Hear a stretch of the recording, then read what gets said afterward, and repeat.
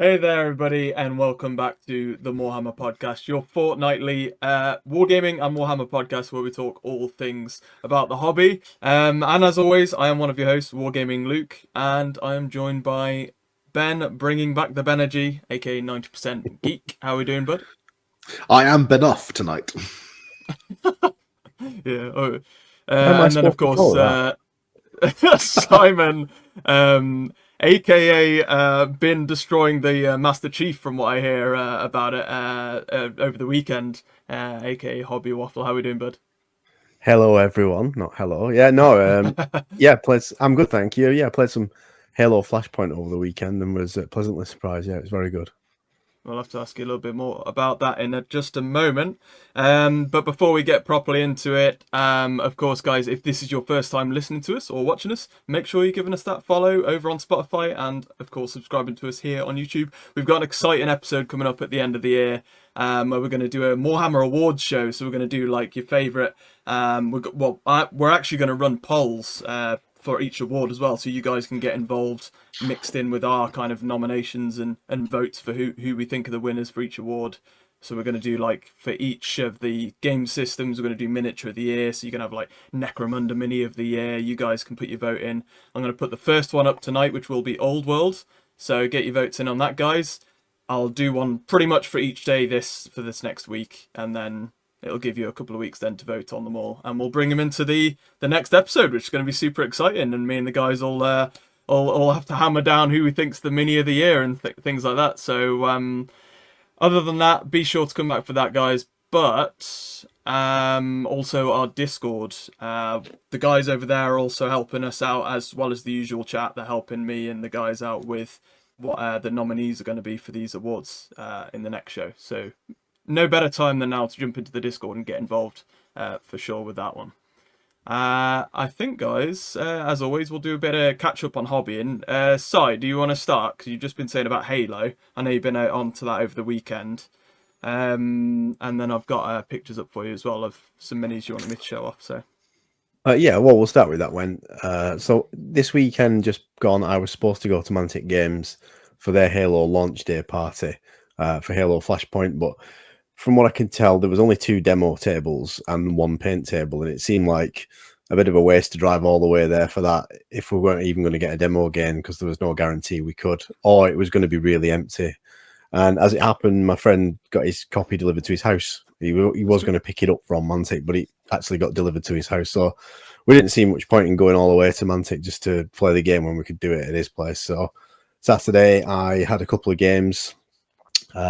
Just of the sort of the instructional scenario in the rule book. The first one, we played that a few times, switched teams. So you got 4 different Spartans. There's a Deadeye, a Mark 7, a Brawler, and a Zvezda. So basically there's like a close combat variant, a sniper variant, a general guy, and another sort of sharpshooter. And it's essentially Dead Zone 3rd edition's rules, I think it is, with a twist. And it plays really well. It's kind of like a hybrid board game, miniatures game. And the whole idea of the game is to try and get the multiplayer aspects of the online game onto the tabletop. And you know what? It actually really does work. It's quite fast paced. The cube movement's brilliant. It's a nice change where you're not measuring. As long as you've got line of sight and you're within enough cubes range, it's really good fun. It played faster than we thought. It's simple enough with the D8. And we've learned quickly that close combat is absolutely brutal because it bypasses your shields. So once you get into a punching battle with someone, and the first game we played, it came down to we had 1 Spartan left each, both with 1 wound left each, and we were in close combat. So it was basically who could punch the other one in the face hard enough would win the game, and I won. So I actually won both games, which is rare for me. So I was quite happy with that. But on the strength of that, I went straight home and pre-ordered the Recon edition, which is the smaller version. And I've got to say, the MDF terrain that you get in the box is really, really nice as well. Pre-painted terrain, double-sided too. That's amazing. Yeah, I highly recommend it, actually. Yeah, it was great fun. We're getting more and more of these, like 3D print kind of terrain, cardboard terrain that you can stack together when it arrives. I think it's quite good. One of the things I will say as well is, so it all comes on a sort of a pre-cut sheet. And you know, sometimes when you pop in counters off these cardboard sheets, you get a little bit of rough bit edge left over, yeah, or sometimes yeah. it can. There's a little tear. This was so neatly cut; it just popped straight off with very, very minimum little bits of cardboard, burrs, if you like, and it went together really easily as well. So, yeah, That's cool. quite impressed. So I should be getting my recon copy tomorrow. So, I mean, I probably missed the boat, excuse me, on unboxings, but I might make one anyway, just for the hell of it, because it's fun. But yeah, I'm looking forward to getting that. Sounds good. Hobby-wise, I have... Obviously, we're going to talk about the Eldar stuff a bit later on. That's got me... it's got the bug again for the Eldar. So I've built my Shroud Runners from the Eldritch Omens box, which I had half built over a year ago and never finished the riders. So I had the bikes built and one of the gunners. So I finished them off this week. So awesome. I'm not painting them yet, but yeah, I've just put them together, basically, ready for some paint. And yeah, we'll talk about the Eldar later, but I don't blame you for getting hyped. You've got stuff that needed doing, because I'd have been the same if I had any backlog. It's going to be an expensive year for me next year, I think. Yeah, I foresee that as well, so I can't lie for you. Ben, we can move on to you if you want, because I got up some stuff for you as well that you sent me. Yeah, by all means. So in terms of painting, I have been painting up some... I finished off painting the Dwarven Crossbowman that I started painting back in September. There's some classic Metal Marauder Dwarf miniatures. They're all lovely and kind of characterful little dudes, smoking a pipe and having a little chug of beer and stuff. And they've got fabulous hats and helmets and stuff as well. Cool. They're really cool. I started painting these back in September when Garfi from... Tale of Painters put up a challenge of painting 4 units in a month. And this was supposed to be unit 3, and then life got in the way, and I didn't get them finished until just now. I was going to ask actually if you managed to pull that off or not, but I figured you came close, but not quite. Well, I say I got the Iron Breakers and the long beards hammered out, and then these guys unfortunately stalled with about half of them done. But no, they're finished, and then I've moved on to something else, trying out some color schemes for some high elves for the old world. So I've got the Swordmaster in the middle that I'm happy with, and then I was playing around with a couple of different color schemes for the White Lions to go with it. So we've got the one on the left in the kind of classic white tunic with a blue trim, blue plume on his helmet, and more of kind of a bone kind of coloured lion pelt. And then on the right, I've got one that I've done entirely based on the colour scheme that's on the artwork of the kind of 5th edition High Elf army book. So the red sleeves, more of kind of a white plumed, pelted lion pelt, and then kind of a green painted axe handle. I'm still not 100% sure which one goes best with the kind of blue and gold Swordmaster. I might paint over the red on the one on the right and just do kind of blue and a white pelt. You could sort of hybrid the two together. You remember the old Metal High Elf Blood Bowl team, the Gladiators? Yeah. They had a really, really awesome colour scheme. You could kind of like take the one on the left and the one on the right there and probably get something close to that one. Yeah, that's what I'm thinking. I'm umming and ahhing about it. The red and white just doesn't match the rest. It looks really cool, but it doesn't match what I'm going for with the rest of the army. This is actually... So I'm painting this month, and this is my challenge to myself this month. I'm doing a series of videos for Christmas that I'm called "Get Those Elf Off the Shelf." I'm going to paint 1,000 point of high elves for like the old world in December, and I'm going to do a whole series of kind of painting videos, like the 12 days of Christmas. So you're sort of indirectly taking part in this as well with your Eldar, so there you go. I'm just going to say the Space Elves count, because I could sort of get on board with that. Get those Eldar off the shelf. Sheldar. No, it doesn't quite work. Sheldar. Yeah, so I test drove them. I took these out for a game against my friend Michael, who's Funkodrom over on our Discord, and we played 1,500. In fact, we played in the end. We were going to play 1,000, but then he had more toys that he wanted to use, so I added an extra 500 points to my list, and we played a 1,500 point game of the old world. And he has his Tomb Kings versus my High Elves, and I nearly had him. I really thought I had him because he'd put his Hierophant. Luke will know how much of a mistake this could be. He put his Hierophant on his own, standing between 2 units, so I couldn't shoot at him with any of my massed missile fire or bow fire or magic missiles or whatever. But I had a great eagle, and I had a cunning plan, which was to kind of bank the great eagle around the side and then fly in and eat his high priest, so that his hierophant, so that his army would all fall apart. I got 2 wounds off the hierophant, and then my eagle got eaten by his tomb scorpion, and that unfortunately meant that the rest of his army then jumped all over my elves, and I lost quite spectacularly. Well, I got rid of the Tomb Scorpion. I got the Tomb Scorpion down to 1 wound, but with just like mass bow fire. Then it went and hid behind a hill. But he had the Necropolis Knights, the Necrosphinx, and a unit of chariots all piled up on one flank. And I tried to counter it with Silver Helms and Dragon Princes, but I unfortunately, I missed a pursuit roll. I rolled like two 1s and a 2 on a pursuit roll, which left my Silver Helms stood right out in the open like a bunch of plums, and they got completely destroyed by everything else on that flank that charged them, killed them, and overran into the Dragon Princes, which then therefore did not get the benefit of their lovely, first charge lances or any of that stuff. And as nobly and valiantly as they fought, they were chopped to pieces. I rate that. But good fun. It was an awesome game, though. It was good fun. Yes. Yeah, a win for the Tomb Kings. I'm conflicted with that one because it was against high elves. That's true. But no, what about you, Luke? Awesome. Well, I've had a busy couple of weeks, so I've done minimum hobby stuff. I've built some more of the Tyranids. I'm still working through the backlog on my nids to get them all built. I've not got much left, I don't think, now to do. I'm not going to put up any pictures because it's just built Tyranid-like termagants and stuff, so it's not the most interesting stuff to look at. Currently, before this weekend just gone, and tonight before we started recording, painting up a ton more clan rats for the Skaven. So not a hell of a lot of interesting stuff. But last week, I don't know. You cheated on your local Warhammer store, didn't you? Yeah, of course. Yeah, it's worth saying. So like the to be fair, I don't really have a local Warhammer store, so I'm all golden side.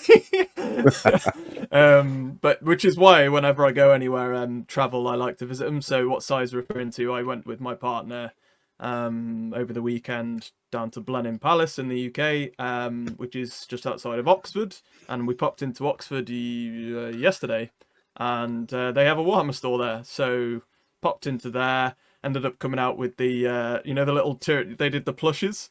The different plushes. I picked up the Ripper Swarm guy, little plush. I've wanted one of them for ages to put in the front of my car because I have some plushes in my car, and I thought the little Tyranid guy would be perfect because I've got the How times have moved on. It used to be Garfield with suction cups on the window, didn't it? Yeah. Now it's the Tyranid. Yeah. Well, nobody's going to want to, steal anything from or try and steal the car. Not with Jack the Ripper in there. He's gonna stop him. But good to say, actually, Games Workshop, that is a missed opportunity. Of the plushies, the Sassy Nurgling is probably one of my favourites. And can you just imagine Sassy Nurgling with suction cups on his puds to stick on your car window?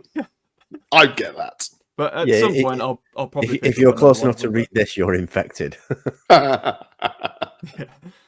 No, but that was kind of my weekend. But then the only sort of game-related thing I've done in the last week or two since the last podcast is just we did another scenario for Curse City. So each of the villains is a two-parter. Oh, yeah, you had your first villain, didn't you? Yeah. And the Vargsgear was the first villain, which is like, the big werewolf type dude. Yeah. Quite intimidating. But we cast him aside. We defeated the Vargsgear. So first villain is down in the Curse City. Fear ratings are down, and the heroes are on the up. But we're well on our way. So that was cool. It was great fun to play through. But we'll have to wait and see how future ones go, because the only thing I'd say about Curse City so far, the whole I don't know if either of you have ever given it a go, but the there's like a fear and what's the other thing? Basically there's like a rating for like fear levels in the city, and in influence, that's the other thing, influence. So if you get up to 10 on those either of those levels, you lose the whole campaign. Right. And the only thing I've found with it so far is that we've had to kind of what's the word for it, like fudge.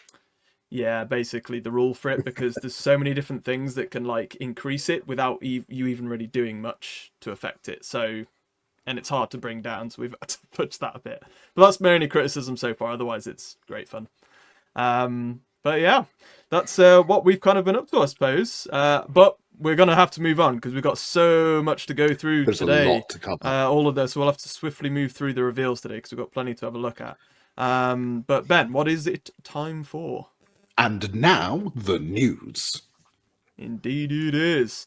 And there has been a lot of it. There's so Really much. has. So we will swing through. Ben, you're going to love this. Old World is up first. So Empire of Man, you said, Ben, didn't you, on the predictions? I said they were coming. And indeed we have. So new battalion and Arcane Journal, as you'd expect. Take us through it, Ben. Yeah, so we got the first the battalion they've thrown in. It's the steam tank is in there, which was a nice inclusion because I thought they might have put like the cannon in there or the cannon and mortar maybe. No, yeah, I was surprised to see this. I thought there'd be an artillery piece in there. Yeah, an artillery piece and then some. I mean, I know the steam tank's a plastic kit now, but yeah. So you get a whole bunch of plastic Empire State troops. You get basically a whole box of the kind of spearman, swordsman, halberdier type of box times 2, and then you get 2 boxes of the missile troops box as well, which you make up as either crossbowmen or handgunners, and then you get the plastic steam tank. They've also announced the Arcane Journal or flavor pamphlet is coming. This has got, I think it's quite a nice cover. It's not as nice as some of the ones we've had. I think my Chaos one remains my favourite of the Arcane Journal covers that they've done so far. But yeah, the 2 armies of infamy that have been told are going to feature in this. One is going to be an army of Nuln, army of infamy. So I'm assuming lots of cannons and stuff. And actually, today's Monday preview for the Old World, we got a little bit more info for the army of Nuln, which is pretty cool. Which I'll touch on that in a minute. The other army list is going to be a nightly army list, though, and I touched on this a little bit in my excitable the Empire of Man video is coming. The preview video that they showed for this, they actually showed 2 of the special character models, not as close-ups, but kind of as the camera panned across, we saw the 2 special character models. They knew what they were doing, didn't they? Oh, they did. Well, one of them was revealed today as one of the 2 new Empire special characters. Speaking of characters, oh yeah, here we are. Luke's coming up. There you go. I'm on the fly. Sorry. There you go. Hans von Leeuwenhoek. Leeuwenhoek, yeah. And his stupendous helmet. This guy is really cool. So he's got a big kind of golden griffin helmet, which apparently is a magic item. He's got as appropriate for the game, he has got a Warhammer as his weapon of choice. This model's lovely in terms of the heraldry it's got painted on it. He's got a little kind of a tilting plate on one side with a kind of a cannon and a kind of rampant lion painted on it. But what it mentioned in his rules at the bottom is he's got a couple of special rules. One is that he is apparently a mercenary commander. He often works with kind of, sellswords and dogs of war and stuff in the Old World. So what that means is that if you take units of the kind of mercenary units as allies in your Empire army, they get to use his leadership as if they were part of the army itself. The other really cool thing is that they don't have to use the misbehaving mercenaries rules. To all intents and purposes, mercenary units, so I mean that's ogres, that's giants at the moment. I'm sure there might be more, maybe there might be some more included. Oh, mercenary dwarves, yeah, dwarves have got a mercenary option for the Empire in their Arcane Journal, but all of those then, if you're using him as your general, count as part of your army. They function exactly the same as anything else in your army. The other cool rule he's got is strategic mastery, which lets you add or subtract 1 from your dice roll when you're rolling to see who gets the first turn in the game. So those are 2 really cool rules. What they mentioned about him, though, is in terms of the Nuln army list, because he's the special character for the Nuln army of infamy, apparently, it specifically suggests that the army is going to be based around big units of artillery. So I'm just assuming that the implication from that is going to be that artillery is going to be like a core choice, as would seem appropriate for a Nuln army.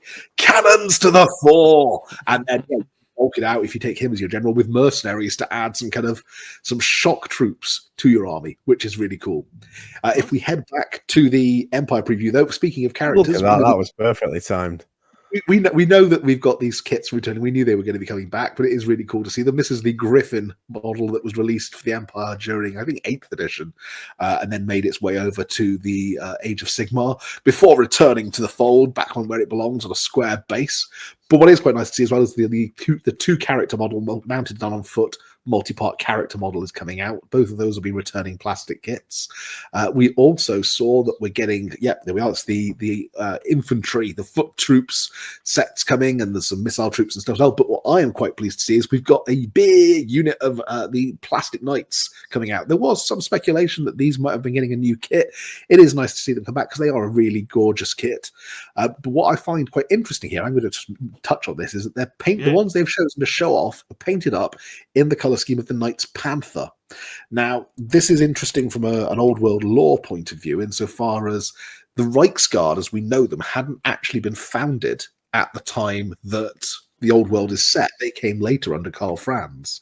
So it makes sense in a way to not kind of have the Reichsguard as being the premier knight unit that you might include in your army. But the other thing that's really interesting is the mounted character model that they previewed in the video looks a hell of a lot like the artwork that John Blanche painted of the Grand Master of the Knights Panther. So I am predicting that is going to be the second special character. That will be the special character for the Knightly Army of Infamy, which is really cool because that's a gorgeous piece of. They have it's teased nice at the bottom, to see haven't kind of they? homage to that. One of the characters is going to be mounted, I think, haven't they said? The new character? Well, they have, and they've shown. I say it was featured briefly. I did cover this in my little preview video if anyone wants to go and check it out there. But yeah, there is very much like the helmet he's got. It's kind of the bull-horned helmet. The horse is rearing up in the same way. We know the it's a cloak is mounted flapping. character. We just don't know the specifics. But I think Ben's probably right there. Very cool.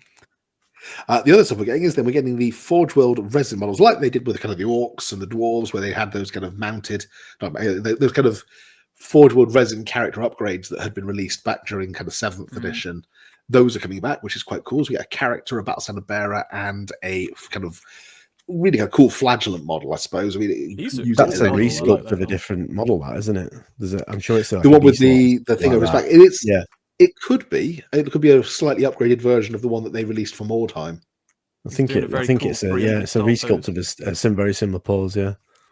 But this is the thing that we're all here to talk about. This is the one I'm really excited about. It's the War Wagon. I cannot wait. I want 2 of these. They've done with this what they did with the Screaming Skull catapult, what they did with the Casket of Souls. It is recast in Forge World resin rather than lead, so it'll be a bit lighter on the tabletop. What is quite nice is they've included the horses from the Celestial Hurricanum / kind of War Altar of Sigmar, the slightly more detailed plastic horses. So that's why the horses look slightly different to the knightly horses, which I think is a nice touch.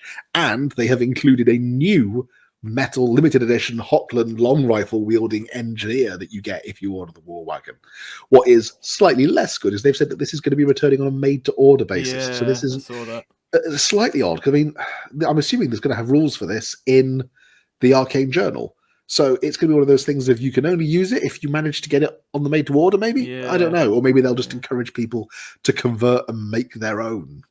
Who can tell? But yeah, that's kind of the awesome stuff that's coming for the Empire. There's then a whole bunch of the kind of returning miniatures. So the kind of classic witch hunter, the war priests and all that kind of stuff, and some of the old metal characters as well, which is quite nice. There was one, if you just swipe through a little bit, the thing that's coming back that's quite cool. So we knew the Ulrich was coming, which makes sense because Middenheim is a huge part of the kind of the Empire Civil War as it stood at this point. But if you swipe 2 further forward, so we get the classic Grandmasters. There they are! The Teutogen Guard are coming back. These were released for the Storm of Chaos back in 6th edition, and they are some of the most kind of expensive models you can get on eBay at the moment because they are so lovely sculpts, but they went away quite quickly. So to see these returning, I'm really hoping that not only are these returning, but they're going to return as an actual unit option in the Arcane Journal. Like you can take a whole unit of Teutogen Guard as part of like maybe a Middenheim army or something. That would be really, really cool. But yeah, Knights of the White Wolf on foot basically. And then we get some really, just because they love to bring some of the really old sculpts out, we're going to get a whole bunch of the really old school, old sculpt Empire ogres. So this one is literally using a cannon as a handgun. And actually what they mentioned in the preview video, if you watched it for this, is that he's actually going to have rules for doing that, for using a little light cannon as a handgun, which I think is really cool. That's very cool. That's exciting for Empire fans then. Yeah. A lot of exciting stuff coming for the Empire. And we've already seen one of the special characters in our Monday preview, like we see. Hopefully we'll get to see the other one before the year is out. Lowenhack, yeah. That'll be good to wait and see. Then there is one more little old world thing that was last Monday as well. If I'm not missing anything else, but no, there's this yeah. lady. So Crush All before you with Friedal the Chainmaker. The Chainmaker.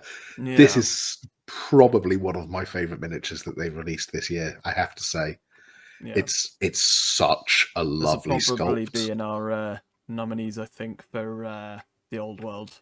If she says it's Thursday, it's bloody Thursday. I've been looking at the one of the Warhammer Underworld's war bands. There's one of those that has a character which I was looking at, kind of going, yeah, you could see her. You know, she's got like a mace. You could easily turn that into a flail and add a couple of horns. And then they went to release this. I'm like, nope, don't need to. That is an awesome sculpt. That I think is up there alongside like the Ungrim Iron Fist model in terms of sculpt of the year for the old world. Yeah, it's very cool. What was I going to say? Is this a character that we've had before as a mini Ben, or no? No, so she's brand new. She was one of the new characters that were invented for this era. So she's not been featured at any point in the Warhammer lore before this. She's an entirely new invention for Warhammer the Old World. She's the kind of feature character for the Arcane Journal, isn't it? Yeah. Yeah, in fact, actually, the narrative scenario that's in the Arcane Journal represents one of the battles that's fought following her essentially conquering part of the Empire. There's a part of Nordland near Marienburg at this point that is just under her control. She's conquered it. She's kind of enslaved the citizens of the Empire, built giant shrines to chaos, and is dead set on using that foothold, kind of having come south from Norska into the Empire to try and conquer the Empire of Man. So she's a really kind of cool character. As kind of a precursor, I suppose, to like the Angkor Khul that's going to come when the kind of the Great Invasion of Prague happens. At this point, she is probably one of the biggest chaos threats the Empire is facing. I do love the more Norska side of Chaos Warriors. Very cool. I hope they bring more of that. But we shall move swiftly on. We are moving on to some 40k reveals, which I think, I mean, we can always rate this whole thing after, but some of the best 40k reveals we've had this year. Sadly, none of this will be out this year, but it'll be next year now. But Death Corps of Krieg, and we predicted this, guys, yeah. So we did indeed. As always, big new battalion limited edition release box for the new Krieg minis. How cool is the cover art that they've picked for the limited edition codex as well? That lovely piece of art, very good, from the kind of Imperial Armor books. I think that's Karl Kapinski that did that.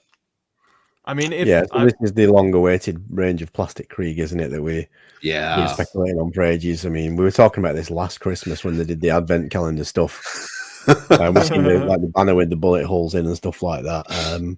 Whole load of plastic Krieg coming, and then this one for me was the star of the Krieg. This Marshal Dreer, what a fantastic looking miniature on the new Death Rider.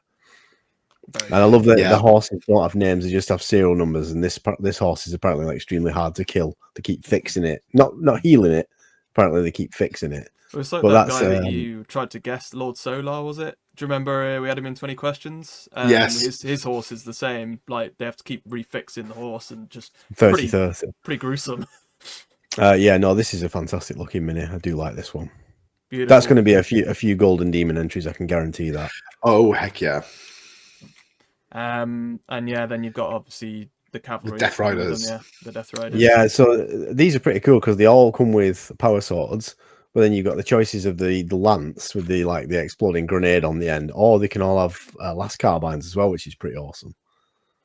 Yeah, they're like an upgrade to the Rough Riders, aren't they? Yeah, I mean, if you're a Krieg player, you would take these straight away. I would imagine, because they sound like they're going to be quite brutal on the tabletop. I think, to be honest, even if you weren't a Krieg player, I mean, like I'd happily take a unit of these alongside like my Praetorians or something. Yeah, well, no, just because the Imperial Guard obviously is made up of, regiments from all kinds of different worlds, and they'd look so cool, kind of like a Charge of the Light Brigade style thing, charging in alongside my pith helmet clad Praetorians. Very cool. Then you've obviously got the new Krieg infantry. So these are like the ones with extra armor. These are the engineers. It's a little mole mine thing. It's basically a landmine that digs its way under you. So it's so 40k. I mean, they had this, I think, in the Forge World range, but not they had the guys with like the launcher rather than the little remote control. Yeah, it's a landmine that drives to you. So Yeah, you've got combat shotguns and flamers. And the auto pistol they've got looks like the from the Judge Dredd comics. So from 2000 AD, the Lawgiver 1, the first one. Yeah, it looks like the old school Judge Dredd sidearm, the Lawgiver 1. There's a nice little nod there. Remember me saying last time? Now they're in the miniature design studio. I think they've got a new guy now who just works on these little side companion minis in 40k for all the mechanized little drones and things. Definitely must be someone in there doing that. But then we've got the new artillery with sandbags and all sorts, which is awesome. I'll just if you scroll across, Luke, I think so there's there's the big cannon, there's a mortar style, demolisher style cannon, and there's a rocket battery as well, which is pretty awesome. There you go. I love these models. It's very cool. Adding the heavy artillery to go. I know they did it with the 8th edition release, or was it 9th edition release of Guard? They added those kind of 2 big siege guns, but adding these as well, adding some heavy artillery to Guard, just really kind of leans in the character of the army. I think a bit further down, for the first time ever, we've got as one of the heavy weapons teams a giant flamer, Krieg flamer. There it is. Yep. So I love the weapons teams on wheels. These are pretty awesome. But that flamer just looks horrifically cool. That's going to be fun to use, especially how heavy weapons on wheels are like a nice callback to the classic heavy weapons squads as well. Yeah, definitely. And then we've got the command squad as well, just above.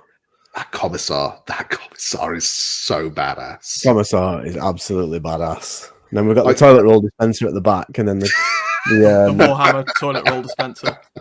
Yeah, and then the comms guy who's like a resculpt of the medic from the looks of things. And then we've got like a commissar cadet, which I think is an awesome touch. And then we've got Chemical Man with all his syringes. Batman villain. What's he called? You have to scroll up. I can't remember what it's called. But there's medical personnel, but with a twist. Okay. And then there's the banner, if you scroll along, that was on the advent calendar thing last year. On it hold banner. That bottom left-hand corner was one of the Christmas reveals last year in the advent calendar teasers. And I said Krieg banner. So that was a lucky guess. Nice. But yeah, that battle standard bearer is really nice looking. I love that. It is very nice. But there's some fantastic models for Krieg. And I don't think there's a bad model in this release, to be honest. I genuinely haven't seen anything that I looked at and went, it could be better. Yeah. Which is why I'm saying probably some of the best 40k reveals we've had all year, because we're about to head on to Piece de Resistance, which is, of course, something we wasn't necessarily sure if we were going to get or not, but we definitely did. Which is for the Eldar, new Phoenix Lords and all sorts revealed. And, I mean, new Fire Dragons. We said maybe it would be new Fire Dragons, maybe it would be Scorpions. You could never have predicted. We joked about maybe Warp Spiders. Finally, we could never have predicted it being this cool a release. Yeah, so Fire Dragons look epic. I mean, in the video that they showed, they looked like there were 10 Fire Dragons and 10 Swooping Hawks and what have you. But I think they just doubled up the sprues to show that there's different options. Like the one that's painted black there with the Dragon's Breath Flamer, that's got the Exarch's helmet. And there's a couple of different options. So I don't think it's going to be like the Scorpions where it's a box of 10. I think we'll just get enough to make 5, but I think they're just showing off the different options. Again, we get the little shrine for the aspects as well. But these are, they're going in the collection. And then we scroll back. Somebody's pointed out on Blue Sky that if you scroll back to the Exarchs and stuff, they've literally finally copied the Jez Goodwin art sketches from like back in 2nd edition when he was revealing kind of his sketch work. Things like the Exarch with the Exarch with the bare head, but then the kind of the bit covering his mouth and the crest rising up above his head. That's a direct copy from the Jez Goodwin artwork.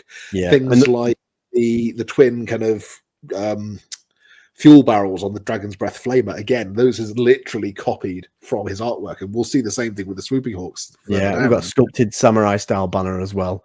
I think the next one, look at this though, Azaman, Die Avengers Phoenix Lord. I mean, this for me was probably the star of the reveal show. It's absolutely phenomenal. Love The this banner's model. incredible. The helmet, somebody said there's actually 2 different helmets with different style and mouth. Okay. I haven't seen the other one, but apparently there is another one out there.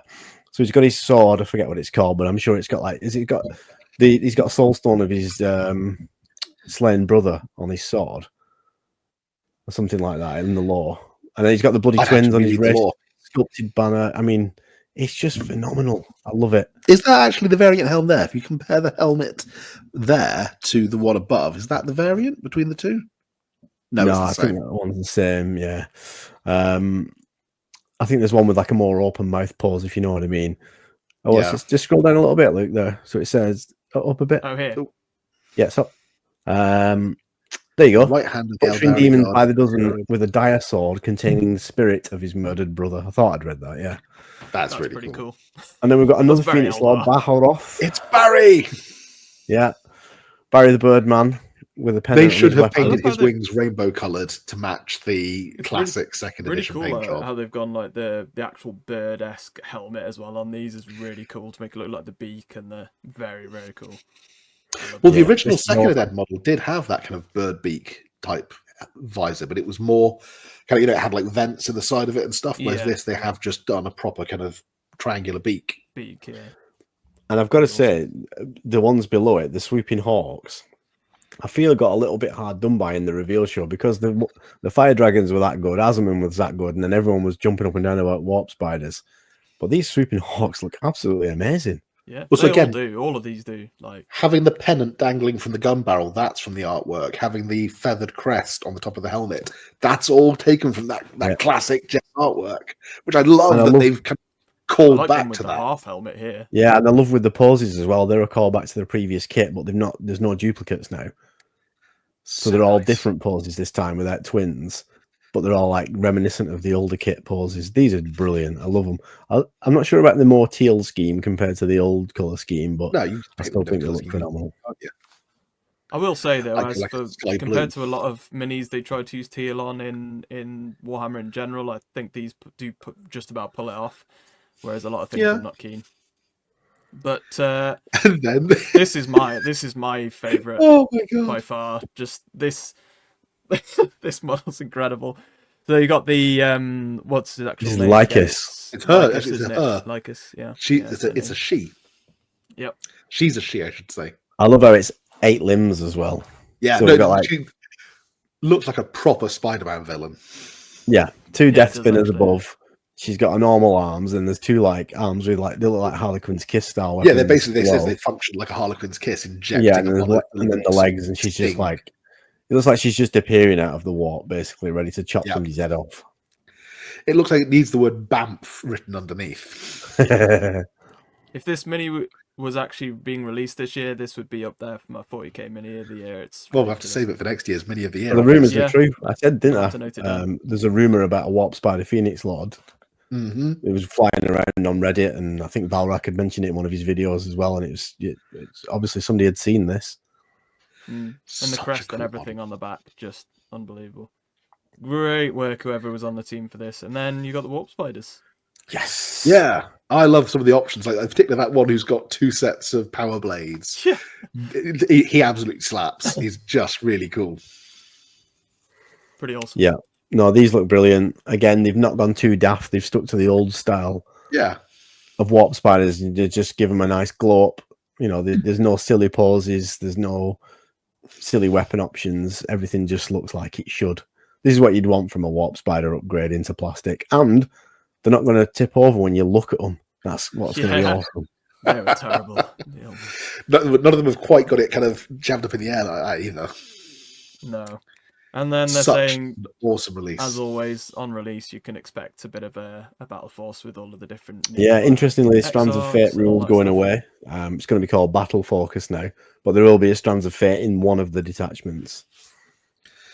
Yeah, One of the just detachments awesome. it mentioned is going to be an Aspect Warrior style detachment, more kind of a Court of the Young King style. All the Aspect Warriors following the Avatar in, which is really exciting. Yeah, sounding. they've only mentioned 6 out of the 8, which is interesting. So I'm wondering what they're holding back.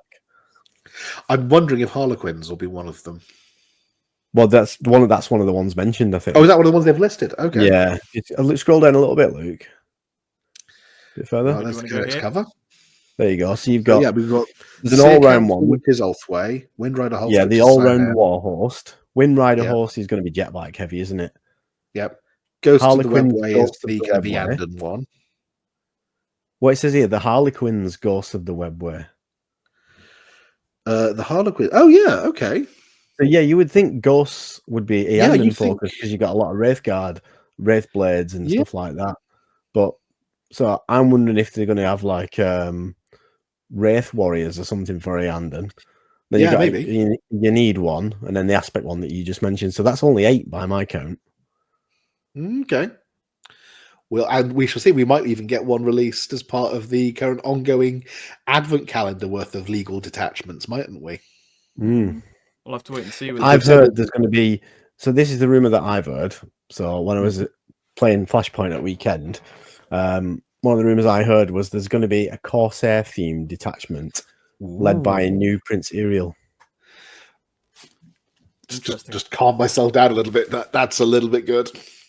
So that's why there's nothing mentioned there about Corsairs, because there's a new Prince Ariel model coming, and there's going to be a Corsair themed detachment. Whoa, that'd be cool. I mean, if it's anything like what we've just seen here with these announcements, and obviously we've had Fugan already, haven't we? Yeah. Well, we had all the Phoenix Lords now. Then. Yeah. No, we Incredible. haven't. We No, we haven't. Karandras. Karandras is, yeah. I think the whole there's this big rumor that they forgot about him. That's what people are saying. I don't think that's true. I think they're just holding it back. Maybe he's been deployed already using like infiltrate. We just haven't noticed. Yeah. But no, Yeah, he's been on neck and under this whole time, chopping people up. Absolutely awesome, the Eldar and Krieg 40k. Wow, what a time! And Stand going out, into next year, it'll be incredible for 40k. Some fantastic releases. Just not next for year anyone's them. bank balance. No. I mean, I said, didn't we, in the predictions? I think if they do reveal Eldar, I think there's going to be a lot of people starting off Eldar armies next year or expanding what they've already got, for sure. But moving into the Mortal Realms for Sigmar, we do have some... we predicted Oryx as well, or at least I think I thought we'd get the Destruction stuff first. And we have, in abundance, the new Oryx War Clans Battle Tome. So again, they're keeping it all kind of within the same thing for Oryx. So you've got your what the Swamp one's called again. Oh God, Cruel Boys. Cruel Boys. Yeah. So first mini they've revealed, you got new Hobgrot Slitter Boss is what they're calling it. For the Cruel Boys. I think these guys are so much like the is it the Angmar Lord of the Rings orcs? Is it the Northern orcs? Yeah. Yeah, that's the I always Angmar think ones. they look so much like them. And this guy screams it of that for me, but yeah, pretty cool. I've never been a big fan of Cruel Boys, but they do need expanding on like a lot of Sigmar armies do, so it's good to see some new stuff here. And really cool faction terrain piece and manifestation pieces as well for the Oryx to use now. So you've got a new kind of like War esque tower for them, which I haven't really read much into this. Like I say, I haven't had much time with it, sadly, over the last couple of weeks. But it's probably going to be giving you boosts when you're around it, right? For like your Wars and stuff for your Oryx. I'm assuming so. I was a little nonplussed by this. I'm going to be honest, because it's a skull on a stick. Yeah, I just couldn't work out what it was because it looks like it's got a platform on it that you'd stick a miniature on. But it's an Oryx Boys watchtower, isn't it? That's what it is. But yeah. Well, if I liked it, I think it's pretty cool that they're getting their own faction terrain piece, and I think for orcs it's always going to be a totem or tower or something to get them wired up or whatever, isn't it? So I think it makes sense. That one looks slightly better with the mask on it, I think. Yeah, I prefer that style. Yeah, I think that one's without it, isn't it? And then you can just add that on instead, I guess. So the jaws actually, more that's got bony, a bone isn't it? jaw as opposed to.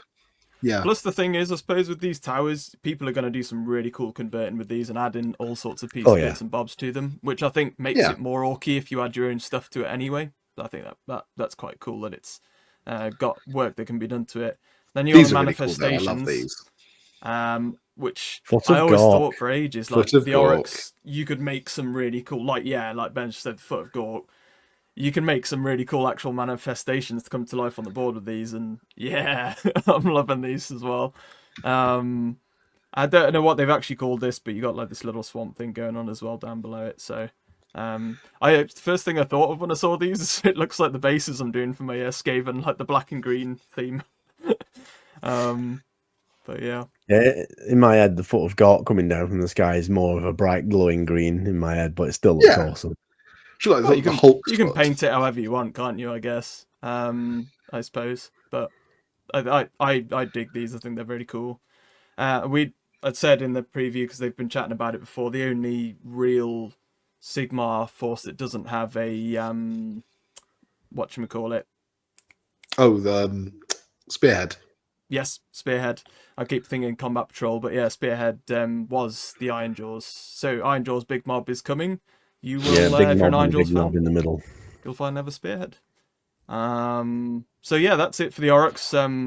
I appreciate it there. Hopefully we may still get some more reveals for them, maybe a couple more of the minis, but we'll have to wait and see. And then for the Gloomspite, you've got Gloomspite Gits. You've got some new Snarlfang riders. We've got some awesome looking wolf riders. These are very cool. There's a new Git Mob army set. We'll include all of that for you if you want to get into that side of Gloomspite Gits. I wasn't expecting this, I've got to be honest, for them to kind of refresh this. No, this was a surprise. Well, and these as well, these aren't, I mean, for Gloomspite, you think like Moon Clan, but no, these are obviously expanding on kind of the more kind of Wolf Rider style kind of plains goblins, which is cool because it does mean that you're not limited to that kind of, Troggoth's cave dwelling style. If you want to go, hello cat, if you want to go more classic kind of nomadic goblin hordes, you've got the options with these. Yeah, for sure.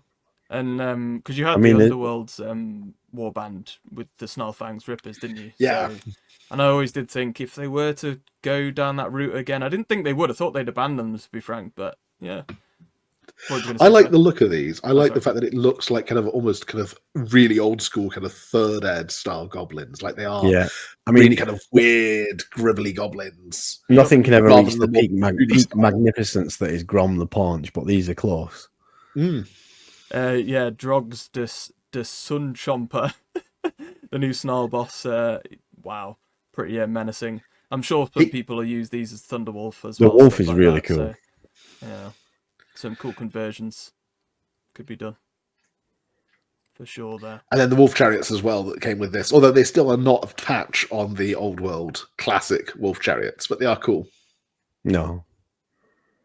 Yeah, awesome for the Git mobs as well. Anybody who's looking to get into that side of Gloomspite Gits, you've got that option now. Because they are some gorgeous minis. Can't argue with that. And you got the new Gloomspite Gits. That's the limited edition codex cover, isn't it? That's yeah, not it's the limited one, yeah, but you got which is still really cool. Coming as well. It's really funky. I assume maybe they're going to release both of these battle tomes at a similar time, maybe like a double release, but we'll have to wait and see. And then at the bottom there, we've got one final little bit that they've added. They've given because the Gloomspites lacked artillery, they've given them the Doom Diver. Yeah. Classic old model, but they've reinvigorated. I prefer the old one. This is the Doom Diver, isn't it? It's very extravagant. Yeah. It's very cool. The old ones were literally wasn't it literally just the goblins with like glide? It was attached a classic catapult. I've got it. It's like a classic catapult. It was a we previewed it not so long back when you jammed in the ground. I do remember. Return for Old World, but this is like a Age of Sigmar souped up version. It is awesome. Yeah. I just prefer the nostalgia of the old one. You guys, man, the old world stuff, like any new Sigmar stuff that refreshes. Older's better. That's why. Yeah. No, I'll stand up for these. I think they're fantastic. New sculpts are fantastic looking new minis, but well done on the team who did this. See, look at this is what I was saying about it. Almost comes close to Grom the Paunch, but nothing almost comes close to the majesty of Grom the Paunch. Fantastic stuff. Yeah, that's the there's the normal cover art for the new battle tome. Yeah. And interesting now they have, like, even with the new battle tome, they've gone with the new Git mob on the front and everything, so they're really obviously pushing that. Like, you're not even no even sight of normal what you consider to be Gloomspite. Not a mushroom in sight. No, crazy. But yeah, that is Sigmar out of the way. We have a little bit of Horus Heresy. Just a little emphasis on the little. Yeah, that's true. It's actually very big reveals in terms of like the size of the minis, I guess. But It's the flying pig. Harvest lighter. Yeah. The lunch shuttle has arrived. Yeah. So is this like transporter, I guess? Yeah, Basically, yeah, shuttle. transports ammunition or butties. Yeah, Mm. I like the gunner it's on the the- back it's- ramp. That's pretty cool. It's You supposed to be gotta- unarmless. Cool. And the newest Horus Heresy stuff as well. The sculpts that they're doing. I love how you're getting a lot of these minis that are inside the actual vehicles or on the sides or whatever. Mm. 'Cause it was the tank recently we saw, wasn't it? Was it the? I want to say it's like Basilisk or a version of the Basilisk, and you had like the crew, didn't you, in the back or inside, and you could detach it if you wanted to. Pretty cool. But moving I'm on. really is yet the laser destroyer version of the Malkador. So this is the Valdor tank destroyer or tank hunter. Yeah. Yeah, it's got a neutron laser, hasn't it? I mean, It does, yes. neutron laser just sounds destructive, doesn't it? And then there's the Infernus, the Malkador Infernus version as well, with the separate flame tank out the back. I mean, that's an awesome looking thing, in it. If that was in front of you on the battlefield, you'd definitely turn the opposite way. That thing's pretty mean looking. I can see a lot of stuff here as well, so being used for like Katachan conversion stuff for sure, because they use a lot of like the flame tanks and stuff, don't they? So. Well, they Definitely were some, 40k rules potential for this, there. and I'm assuming that they'll do Legends rules for these. Hopefully. I think there were, in fact, Legends rules for these, so you can use them in friendly games and stuff. Yeah, Yeah. I think there is Legends rules. Yeah, just nothing official. That's good then. And then And then the Dreadnought. Uber Dorado. Plastic radios. I mean, quite impressed with the different weapon options that they've done for these, like the missiles and stuff like that. Mm. Twin Volkites as well, so you got super tunes on each arm. You got I always thought these dreads looked so weird that like they look like they could topple over. If you get what I mean, like They do look like they extremely need like a top-heavy. stabilizer at the Yeah, back. Like maybe yeah. they should be Yeah. tripods or something. I think they're very odd looking minis, but cool for anybody who's excited about those, I suppose. And you got some weapon There's your options. extra weapons. Yeah, it's nice that they're going to sell the weapons separately. That's pretty cool. Yeah. Yeah. But they I did think the that same was it thing for actually Heresy, with wasn't the Leviathan. The Leviathan, you could buy the weapons separately so that you could make your own, whatever combos you wanted. Definitely. And I apologise for any Heresy fans that are listening or watching. There was another character mini that was revealed on Heresy Thursday. I haven't got the article. It was the but caster of these ones runes for the revealed. Space Wolves. It was the Space Wolves Rune equivalent priest, of the Legion basically. Council.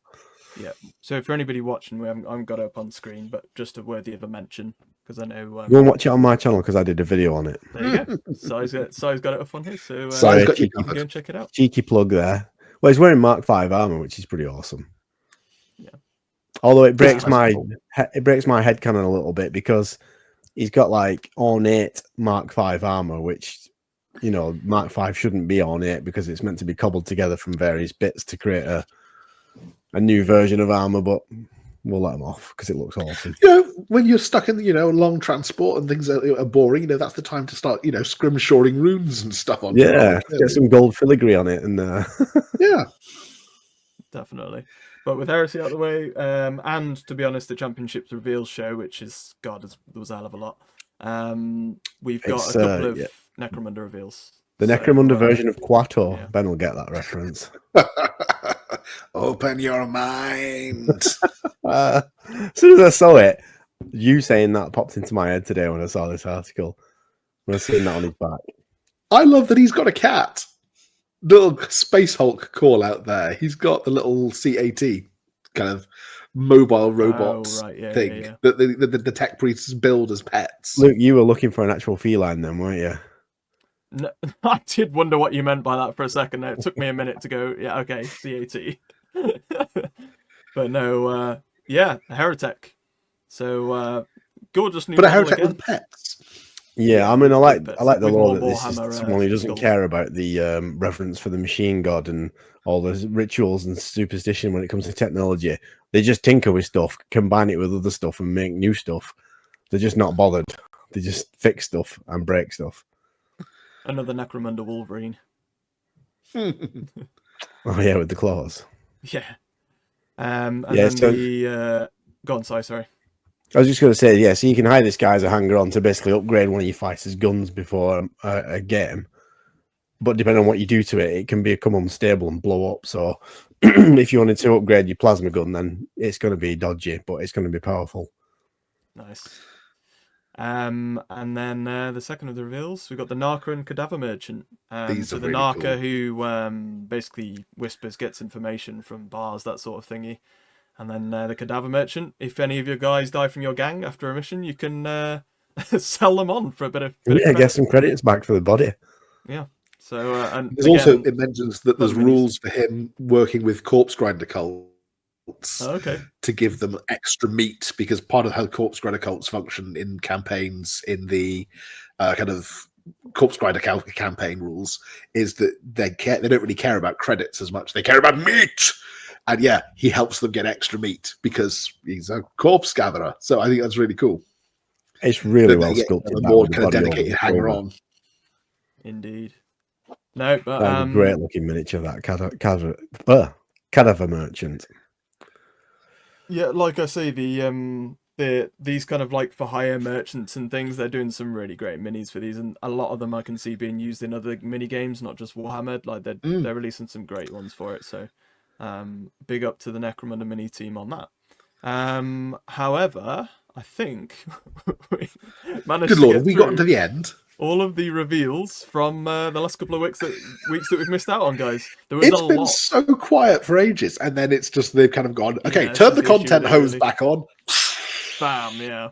We didn't. I mean, what were we saying? Like maybe See, a few this- weeks ago. Like, there's hardly any reveals left. Surely, Yeah. for Well, the yeah, rest because of the we year. said we've got. There's nothing else coming for the rest of the year, They and did. everybody They thought did, that yeah. meant no reveals, no miniatures, no nothing. But what they Complete were saying opposite. really was nothing else is being released. It don't mean we're not going to tease you and like get your wallet fizzing. For Yeah. me, in terms of variety of what was shown, this is my favorite reveal show of the year. It's been a good I'd one. agree. Just from the reveals that we got, the variety, the amount of stuff we got, I thought it was pretty. So what's epic. next? Is it Adepticon next, early next year? That'll be the first one, Yeah, won't it? but I mean, you usually get some big reveals over Christmas. Well, no, yeah, there'll be Christmas and New Year's. Like, I mean, the Emperor's Will Children be, one has been every 2 weeks yeah. so far. So if we Will be- factor that in, you get one on the 11th of December and then one on Christmas Day, maybe. Yeah, we'll be reacting to that on the first episode in the new year, to all the Christmas, New Year reveals. But guys, I'll have a look here at community questions. We'll try and answer one or two, but we are running low on time. We'd run a today, bit so long. We'll see. We run a bit long, so we'll see what we can do. It's all the webware's fault. There's a nice simple one we can answer, to be fair, that Esplanat82 actually put in today. Thanks again, buddy, as always, for putting in a question for us to answer. He said, what was each of the hosts' first exposure to each of your content? How did you find each other in the vast, amorphous algorithm that is YouTube? So, yeah, I mean, so I can start off, I suppose. Yeah. With the Ben and Sai in terms of how I find them. So Ben, and this is me being really poor memory, so it's going to be. But Ben, Can I pause you one moment? Oh, go on. Sorry, Ben. Yep. The cat is destroying something. I'll be back in a sec. Pepe.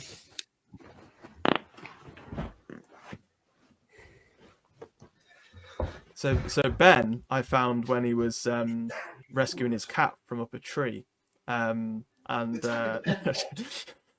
chicken.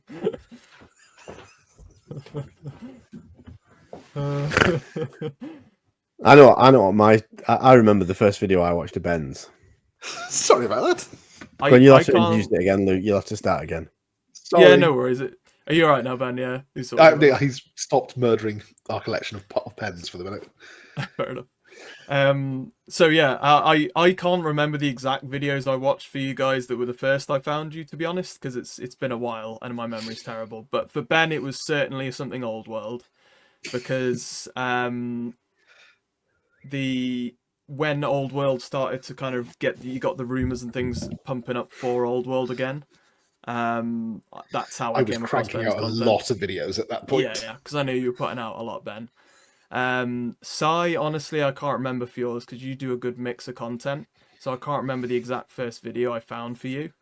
But but it was probably something around general. I think it was a reveal show at some point last year. And I can't did remember the quite a exact. few Old World preview videos as well, so it could have Yeah, been somewhat along it those could lines. easily have been another. To be honest, you could be right there. But I remember it being a reveals based video, so it could have been for one of the Old World reveal events as well. To be honest. And then yeah, in terms of how we ended up all working together, it was just a case of I approached Ben first when we come to do the podcast, and then we had a bit of a chat, and I was like, I'm looking at Si from Hobby Waffle as well. We'll get in touch, and then we all Which had the came benefit that I had together. at least heard of Psy. Yeah. Unlike Yeah, some so of the names you suggested, like, I've heard of him. I've watched some of his Yeah, videos. so that was funny because when Luke got in touch with me, I'd heard of Ben. So the reason I found Ben's channel before I met the two of them, because I was researching Empire starter set. Well, not Empire starter sets, Warhammer Fantasy starter sets. So I was just looking around on YouTube, and there was a video of Ben had been to the tip, and he'd been skip dipping at the tip. Yes. And discovered a treasure trove of I think was it 5th edition, the Bretonian one. Two nearly complete 5th edition Bretonian. Yeah, so he'd been to the like, tip even and managed to get his Crusher. hands on like almost complete boxes of the 5th edition star set with the Bretonians, and I just remember thinking, "You jammy swine!" But I was watching the video and thinking, "I really like this guy. His videos are great." So I ended up watching more and more, and then a few weeks later, Luke messaged me on Facebook and said about the podcast, and I'm doing it with 90% Geek, and I thought that name's familiar. So I went back on Yeah. YouTube and was like, "Oh, I know that guy." And funnily enough, I'd messaged Ben before you got in touch, Luke, about something to do with YouTube, Yeah, it's crazy, isn't it? Yeah. the partner program. So I was like, "Yeah, I know who that is. Yeah, I like his channel. It's great." So yeah, I suppose you could say it was meant to be. Yep. Well, unfortunately, Luke, I hadn't heard of your channel before you messaged me. No, I gather not. I No, doubt neither, either of you right. guys would have, to be fair, before I'd approached you, to be honest. And my, 'Cause it was I've my already channel, subscribed to the anyway. Size channel before we started doing this, but yeah, I'd not heard of yours until but the you messaged me, Luke. what was I going to say? But for the majority of the time my channel's been around, it used to be known as Skirmish Miniature Gaming. And we Right. covered a lot of the skirmish level games, mostly battle reports. So it's unless you'd have watched like Warcry Kill Team battle reports, it would be unlikely that you guys would have found me anyway. But yeah, it was quite funny because when I first approached Si, obviously you'd not done any on because anybody who remembers our first ever episode, it was quite big for Si because you'd not actually necessarily really been in front of camera before. Oh yeah, I'd never had my Fizzog on camera before. I don't know. That's right. Which but yeah, part of our chat before actually doing the podcast was like, would you want to actually come sort of on screen and show yourself and sort of go into the kind of podcast? I mean, world? if you're going to do a face so it was reveal, you cool. might as well do it on a podcast. Yep. So it was all very big new stuff. It was good. But it's crazy how it all came together in the end. It worked out really well. But yeah, if that answered your question, Espana82, I think, then good stuff. Ben, what are you chuckling at? Just pay no attention to the fool of the the cat. Oh, yeah. No, what's he having to go at now? Oh dear. But we'll try and answer one more quickly, so we've at least done a couple. So I've got Little Miss Pipe Bomb, what a name. Advice on how to enjoy painting, and she adds, I've been playing Warhammer in one form or another for 5 years, and I still hate painting. No matter what I paint, a full night or a single grot, I do not enjoy myself. I can only see it as a chore. I am forced to endure it if I want to do the part of the hobby I actually want to engage with. I don't think of myself as a skilled painter, but that's not really the problem. I mainly hate how long and tedious it is. It doesn't matter if it's a single model that takes under an hour, a huge vehicle, or a full army. I paint in one go over a few weeks. And I'll kind of leave it at there because she's written a lot more. But yeah, I saw that question, and I've felt that before, where I felt painting is a chore. And I think I mentioned it on the podcast before. Sometimes I get paint fear, where I think I don't want to tackle that because I don't think I can paint it. And then all of a sudden, I decide to do something really quick, like a really cheap and dirty paint job. Whereas I sprayed something in grey cere, and I did a test one in Wraithbone as well, and then I just dry brushed it white. And all I did was throw contrast paint on it and a few metallics, and that was it. It was done. Contrast paint or speed paint, if you want to use army paint or speed paints. I know you're a fan of them, Luke. It is magic stuff. and it gets away that feeling of chore, if you know what I mean. Like, I did some battle droids for Shatterpoint, and I literally sprayed them, dry brushed them, put contrast on, and they were done. I did them in 25 minutes, and that was it. Skeleton Horde on the droids, Black Templar on the blasters, and that was it. Nothing else. And they were done, and I was dead happy with it. And I thought, do you know what? Why am I trying to paint something to a golden demon level when it's on the tabletop? Unless somebody picks it up and goes, oh, that's a bit shit, which they're never going to do. Because if they were, you go, do you mind? People are just going to look at them on the tabletop and think, oh, they're quite nice. And that's it. Invite them to step outside. And the other thing that matters is if you have painted it and you think, right, that looks good, it's done. Forget it. Don't let it be a chore. Just paint it to the point where you're happy with it, and then do something else. I'd say, just to quickly add to it, because you've already brought up what I was going to say anyway with the speed paints. I used to find painting a bit of a chore as well. It wasn't my favourite side of the hobby. Gaming was my favourite side. And then somebody recommended speed paints to me. I tried those out. It took away a lot of the chore for me. So what my suggestion would be, if you've only ever used maybe GW paints or something like that, like Si said, don't worry about the level that you're painting at, and try out other brands, try out other things like the speed paints. Absolutely. Contrast. Even if you just get like one of the little starter sets, what is it, like 15-20 quid, you get a few different core colours, paint up like a I don't know, little mini you might have. Try not to paint anything with speed paints or contrast that's got flat surfaces on it. They don't work quite as well on that. Try something that's got a nice bit of detail on it, and just have a little go with different brands of paint on little minis you've got. And I know it's hard to think that it won't change your perspective on the whole chore of a painting thing, but for me it completely changed my world and that side of the hobby for me. Yeah, changing paint brands paints, for me absolutely changed it. I switched from Games Workshop paints to two thin coats for the main colour ranges, and it just completely changed my painting because there's no brush marks. Everything just settles really smooth. I still use contrast paint and speed paint, but the main colours, the two thin coat stuff, has just levelled my painting up so much. And because I feel better now about doing it. It gets minis done to a better level than you might be at, and also quicker. It means you've got something to look at and think, oh, I quite like that. I've done a decent job on that. Done a decent amount of time before you give up on it. And also, I'd say leave minis that you've painted recently on your desk as well. 25 minutes. Yeah. Awesome stuff. I was going to obviously mention things like contrast, speed points, paint, slap chop, all that kind of stuff is. Oh, slap chop, yeah, that's a good shout. Out of the way quick, and like Xanathor highlights as a way of then, before you do like the speed paint or the contrast. The other alternative spin on it I put is change the environment in which you're painting. Like sometimes making the painting a social event. Like if you've got friends who are into it, the hobby as well, do a communal get-together paint session. We'll gather around the table together. Some of the best painting sessions. That's great advice. I was working as like a key timer at Games Workshop, and I would just be, even if I wasn't working that day, I'd be sat at the painting table in my local store, just hanging out with the rest of my mates, and we'd just, we'd sit and chew the fat and paint for a few hours. And doing it in that social setting turns it from a chore to a hangout session with your mates at that point. And I would suggest that's an alternative way of, as opposed to sitting down on your own and just, it's a job I've got to do. Yeah, no, that's a really good shout, actually. Good shout. Thanks for that, guys. Hopefully that has helped you, Miss Pipe Bomb, with your predicament. But come on, let us know in the Discord. We know the answer. Yeah, we'll get that. We'll get that discussion brewing on the Discord in general chat and get some other opinions as well. Yeah, please do, guys, get involved on there. Great idea. But we'll leave it there for questions this week, guys, because with the reveals we had this week, it was a long one. I do have a 20 questions, guys, so we'll roll it out and see if you can get this week. This is probably going to be the last one of the year, isn't it? We won't do one at the award show. It will. This will be the last 20 questions of the year. You're right. Yeah. So if we do this one, Si, to add will be undefeated for the year. Yeah. The Christmas special. No pressure. We might do one for that, but we'll see. We'll see how we go.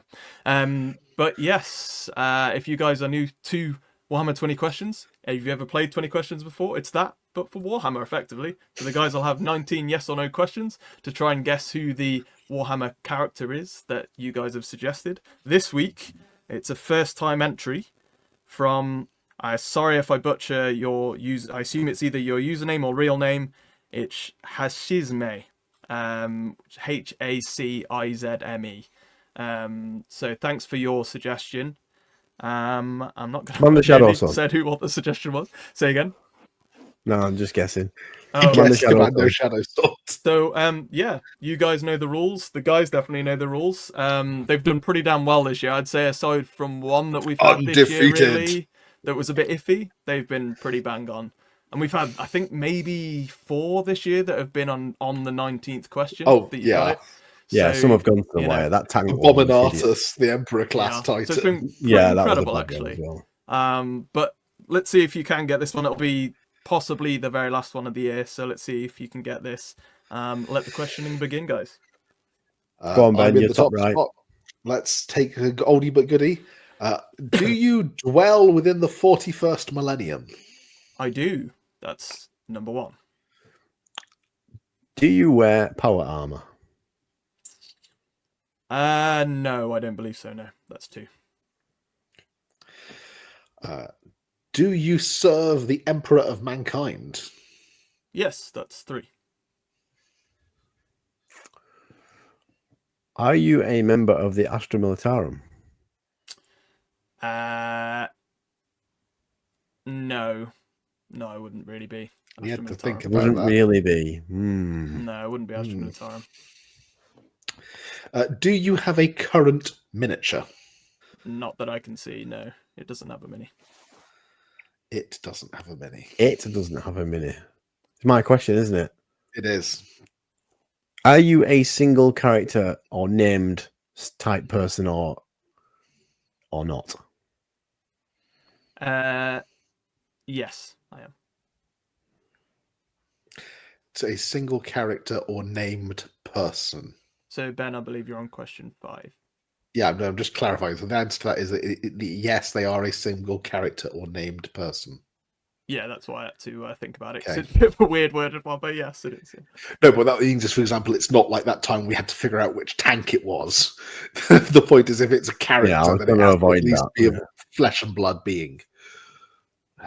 Okay. Which is why Doesn't the have answer a is yes. model. Doesn't have a model. Serves the Emperor. Doesn't wear power armor. Not in the Astra Militarum. Is a character. Do you have a Black Library novel? Yes. Okay. Has a Black Library novel. Not in the Astra Militarum, so it's not Caiaphas Cain or Jurgen. It's not an Inquisitor, no. No. Because they criminally do not have a 40k model yet, which I think they should have corrected.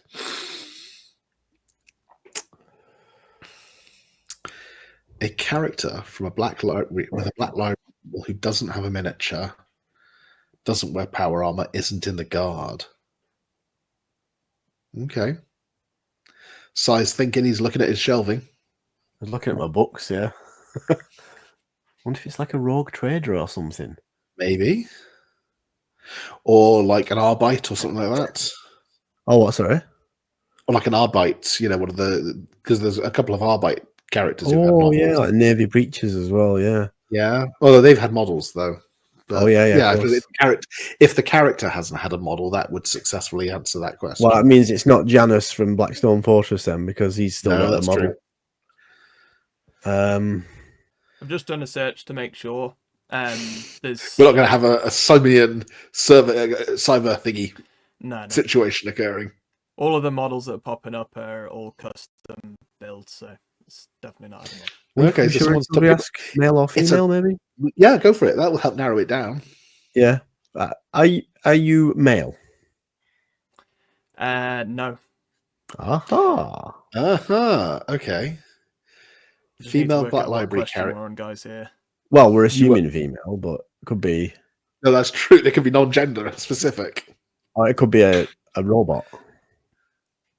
True. But UR25 from Blackstone Fortress has got a mini, so it's not that. Okay, let's just think for a minute. Female, I'm going to assume female. Female character, black library novel, no miniature, serves the Emperor, doesn't wear power armor. So we can 40K. rule out, 40k. We can rule out like Sisters of Battle because they will wear power armor.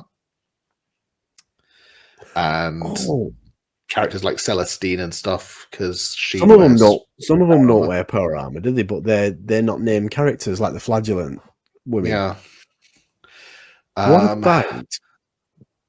about the navigators or the captains? What's the captain of the Blood Angels frigate called? What's she called? There isn't a female captain of a Blood Angels frigate. Yeah, from Angels of Death. She's in command of the Blood Angel ship, isn't she? I don't remember. Yes, hello. I might be able to find it. You have a think. I'm just pondering. Are you a member of the Inquisition? Yes. All right. Okay, I might have an idea. Well, it's not Castellax, Top Hat Girl, is it? Because she's still got a mini. Yeah, no, there's a couple that it could be that serve the Inquisition that don't have models. I have a suspicion. There's one in Ghostmaker, isn't there? There is, but she's unlikely to have had a custom model. I think Luke may have slipped up by mentioning that there have been other mod companies or other individuals who've converted models for her. I mean, I would say like it's I think most 40k characters or things have had minis, haven't they? Now from other companies. Yeah, but like I don't think there's like something. People out there making 3D prints of the throwaway female Inquisitor character who appeared in the early Gaunt's Ghosts novels, whereas a psychic blank who plays a fairly prominent role in certain Inquisition novels. That I can imagine people getting models of or making conversions of. Doesn't wear power armor, serves the Inquisition. Has her own Black Library novels. She has 2 of them. Can I suggest you ask whether or not this character we are talking about is a psychic blank? Yeah, let's rule that out. Is this character a psychic blank? Yes. Go on, Ben. Ben's evil laugh. Evil beard stroking is occurring. Are you by any chance written by Dan Abnett? Yes, I am. What question are we on? Do we have any questions we can mess around with? You're early teens, so you've got a couple if you want to throw a couple of fun questions. Do your novels appear a ludicrous amount of time between each novel? I'm going to assume that's a yes, but I'm not entirely sure or not. Yeah, there was about 6 years between the release of Pariah and Penitent. Oh, really? Yeah, it was to the point where I was beginning to wonder if they were ever going to write. To be fair, that still comes nowhere near the amount of time between the release of Double Eagle and Interceptor City. That's one of those ones where he's like, decades have occurred between the release of Book 1 and Book 2 in the Fantine series. Shall I make a guess at it to save Luke time? Yeah, go on. Yeah. Are you Elizabeth Beckwin? I am indeed. Yeah. Undefeated. Thanks to the for the suggestion from. Let me just get up your name again because I've already forgotten. Hishizme. I'm going to say that's how that's probably pronounced. But yeah, awesome stuff. I will quickly so that you guys can kind of see a picture of her. There's a few pieces of artwork out there of her. There you go. That's the cover of one of the books as well. Yeah, there she is. So it is her, and not the clone. Actually, it's not the clone of her. The clone. This is technically the clone. The artwork here. This is beta. This is actually the newer version clone of Beckwin. So, like, because did she technically die? This is a point of discussion. Yeah. In the Eisenhorn novels, by the point that they finish, she is essentially in cryostasis, but to all intents and purposes is brain dead. Yeah. Beta is the clone that is grown from her. Yeah. Which is that? But has some of her memory. So this And then artwork is of Beta. Didn't they like If you look up torture her the and, cover like, experiment of on her and all sorts of the clone? Didn't yeah, there's all manner of dark stuff, and it turns out that it's all being done at the command of spoiler alert. Put your fingers in your ears now if you don't want to know who's behind it. Constantine Valdor was the final big reveal at the end of Penitent. Can't wait until they do the third and final one of the Beckwin trilogy. We find out what the hell's going on there and what he's been up to for the last 10,000 years. You can wait another 10 years for that, guys, and it will We may arrive. well have to, the way Dan Abnett goes at it. So yeah, but We'll spontaneously get a thanks, sequel to Riders of the Dead before then. Thanks so much for the suggestion. It's a bit of a different one, especially as the last Inquisitor-based one. I'm pretty sure that we had, which was possibly Simi. I can't remember what we've had since. Possibly. It's nice to have one that went well for that one. But if you want to make your suggestions, guys, like Simi has just done, send me messages on socials. I'll get yours on the show. I would love to. That's why I couldn't think of any silly questions other than clone, because it was going to give it away. So I could remember that she was cloned and it was Beta, but that's all I could remember. I couldn't remember the names. I thought if I ask about the clone, it's going to give it away. So, do you think you're a clone now? There's always two of you just running around. Have you ever been copied in any shape, way, or form? Yeah, I could have asked that. But yes, that'll do us for the episode this week, guys. It's been a long one, but a fun one, I would say. There's lots to chat about, which is always nice.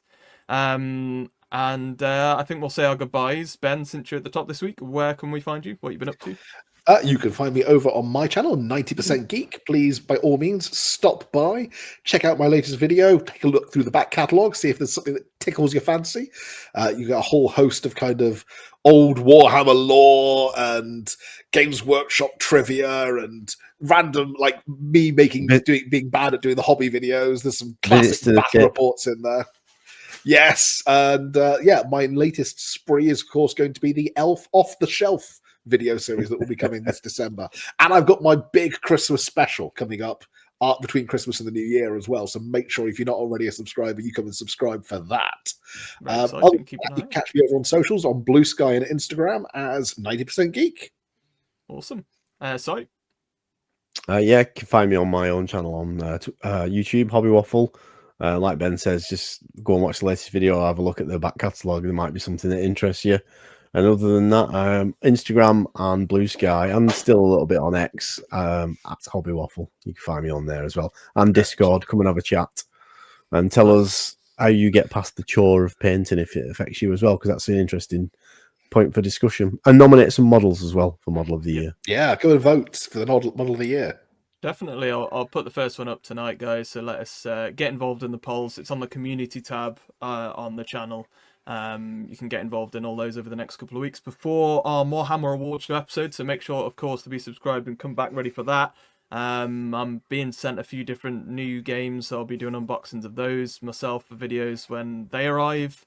But other than that, like the guys now, pretty much solely posting only on Blue Sky nowadays. So join us over there as well. And of course, like I said, in the Discord. Get involved, suggest for those nominees, and get involved in the chat as always. But until next time, guys, as always, stay safe out there and happy wargaming. Bye. Bye.